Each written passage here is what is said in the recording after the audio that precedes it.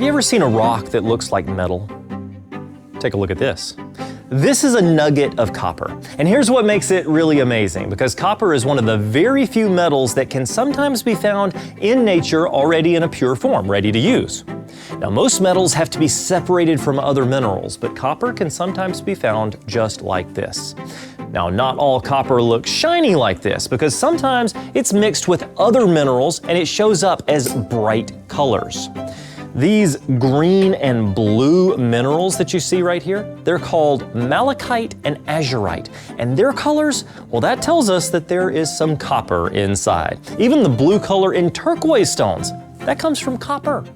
But here's something really important. Copper is a great conductor of electricity, and that means that electricity flows through it really easily. So what do you think is inside most electrical wires in your house? Well, if you guessed copper, you would be right. Copper is also great at conducting heat, which is why it's been used for cooking pots for a very long time. And for many years, even pennies were made mostly out of copper. But here's a big wow moment. One of the most famous uses of copper is the Statue of Liberty. That massive statue is covered in these thin sheets of copper, and still there's about 60,000 pounds of it. When it was first built, it looked just like a shiny new penny in your pocket. But over time, the copper changed color to the green that we see today. Have you ever seen something change color over time like that? It's interesting.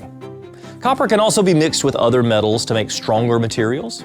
Bronze is mostly copper mixed with tin. Brass is copper mixed with zinc. These mixtures, they're called alloys. And long ago, people used copper because it could be melted and shaped more easily than iron, making it one of the first useful metals in history. You know, copper is just one more example of how God has provided everything we need right here in His creation. And here at the Wonder Center and Science Museum, you can see copper in many different forms, from raw nuggets to beautiful minerals. There's so much to discover in the wonders of God's creation. And until next time, keep wondering. I'm David Rives. Truly, the heavens declare the glory of God.